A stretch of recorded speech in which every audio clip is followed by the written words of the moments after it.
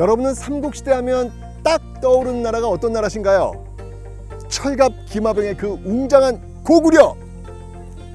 삼국통일의 주인공 신라! 그렇죠. 그런데 이 두 나라에 비해서 백제는 상대적으로 우리에게 덜 알려져 있는 나라입니다. 그런데 여러분들, 그 삼국 중에서 가장 먼저 전성기를 이룩한 나라가 백제라는 사실 알고 계신가요? 백제 600년의 역사 속에서 이 백제는 동아시아 이 문화교류의 중심으로 우뚝 선 나라였습니다. 그 원동력은 무엇이었을까요? 오늘 이 공산성에서 첫 번째 힌트를 찾아보도록 하겠습니다.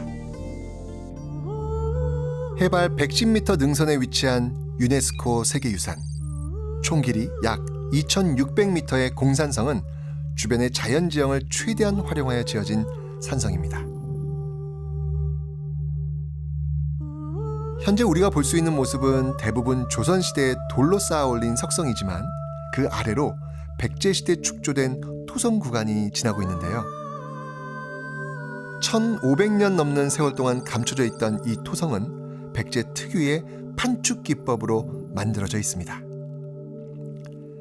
한성시대 이래 흙으로 왕성을 만들었던 전통이 이어진 것인데요. 마치 이 시루떡을 켜켜이 쌓은 것처럼 견고한 기술이 돋보입니다. 시대에 따라 그 이름은 계속 바뀌었지만 특유의 웅장한 만큼은 변치 않는 유적. 공산성은 충청남도 공주시에 소재하고 있습니다.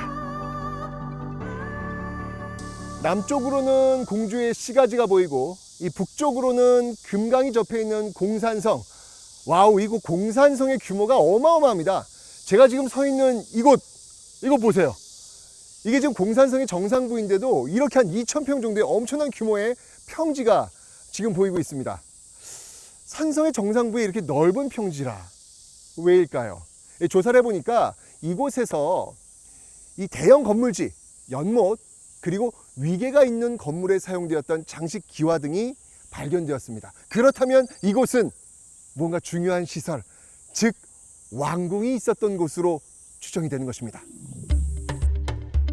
백제의 실물 자료가 발견된 만큼 이 공산성은 역사적으로 아주 중요한 유적인데요. 그런데 이곳 공산성은 어떻게 이곳 공주에 건설이 된 걸까요? 주변의 산과 계곡을 따라 원형으로 지어진 공산성은 왕권을 수호하기 위한 전형적인 방어시설인데요. 이 공산성을 기준으로 더 확대해서 보자면 공주의 삼면은 산이 병풍처럼 둘러져 있습니다. 그리고 북쪽으로는 금강이 가로막고 있는 형상인데요. 마치 천연 요새와 같은 지역이죠. 이렇게 공주의 산성을 쌓고 자연지형을 이용해 겹겹이 방어를 구축한 백제. 왜 이렇게까지 주변을 경계했던 걸까요? 475년 고구려의 침입으로 결국 한강 이남의 위례성을 포기했던 백제. 다급하게 제2의 수도를 찾게 됩니다. 그 결과 바로 이곳 웅진, 지금의 공주죠. 이곳이 도읍지로 선정이 되었죠. 급하게 이곳으로 내려왔던 이 백제는요, 과거 한강과 이 서해를 통해 무역을 했듯이 바로 이곳 금강, 이 금강을 통해서 다시 무역을 재개합니다. 그러면서 국제 무역의 허브로서 우뚝 서게 되는 것이죠. 그러한 어떤 근거들이 곳곳에 남아 있습니다. 심지어 고분에서도 그 근거를 찾아볼 수 있습니다. 공산성 맞은편 나지막한 송산에 자리한 송산리 고분군. 백제를 다스렸던 왕들이 잠들어 있을 이곳에 웅진시대의 비밀을 풀 열쇠가 함께 묻혀 있습니다. 마치 시간이 멈춘 것처럼 고요한 이곳 송산리 고분군. 여기는 원래 6개의 무덤이 있었습니다. 그런데 안타깝게도 일본의 도굴 때문에 6개의 무덤의 주인이 누구인지 언제 묻혀있는지 알 수 없었죠.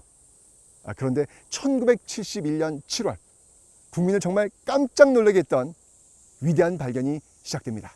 장마철 배수로 공사가 한창이었던 어느 인부의 삽에 딱딱하게 걸린 그 무엇! 송산리 고분군 7호기의 발견이었습니다.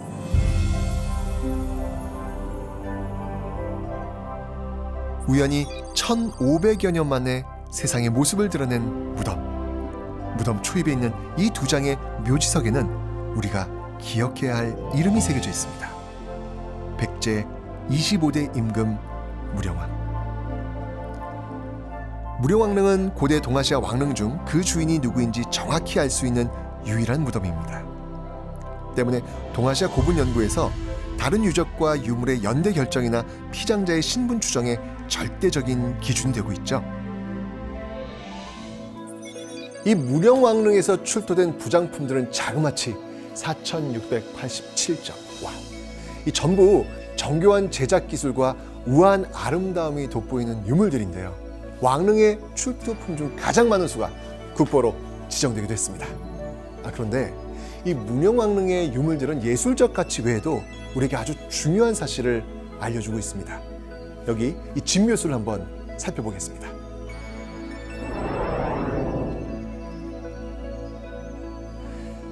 다소 험상궂게 생긴 이것의 정체는 무령왕릉을 지키고 있던 신수. 악귀를 물리치는 이 중국의 부장풍습에 영향을 받은 것인데요. 외래 문화를 받아들이는데도 거리낌이 없었던 백제인들의 국제성을 확인할 수 있습니다.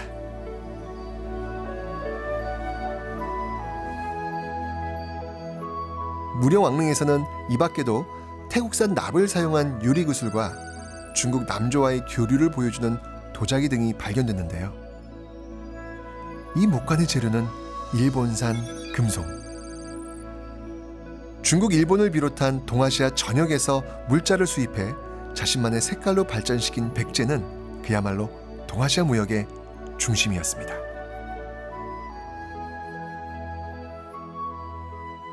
이 무령왕릉이 세계 발견이라고 하는 것은 비단 유물의 어떤 그 발견 때문만은 아니고요. 이 무덤의 형식을 좀 살펴볼 필요가 있는데요. 벽돌 무덤 양식입니다. 중국 무덤의 영향을 받은 것이죠. 게다가 그 무덤 안에 가면요, 그 관이 일본산입니다. 와우! 이곳에 오시면 이 동아시아 무역 교류사에서 이 백제가 차지하고 있는 위상을 확인하실 수 있습니다. 비록 급박한 상황 속에서 공주로 천도했지만 그 상황에서도 여전히 해외로 쭉쭉 뻗어나가는 백제의 모습. 그렇다면 우리가 알고 있는 백제의 모습은 극히 적은 부분은 아닐까요? 우리가 백제에 대해서 더 많은 관심을 가져야 되는 이유가 여기에 있습니다.